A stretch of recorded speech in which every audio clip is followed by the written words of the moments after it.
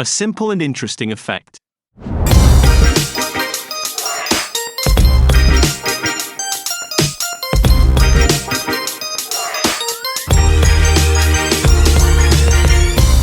Today's video is sponsored by Chandler.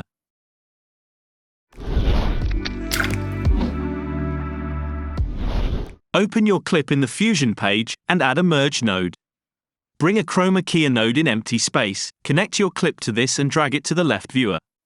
Drag in the color that you want to exclude, open the color range menu and play around with the sliders.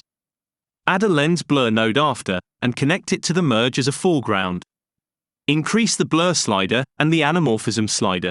Go back to the chroma key node, and play around with the sliders until you got something interesting in your image. This is not the best effect in the world, but it's nice to experiment with it.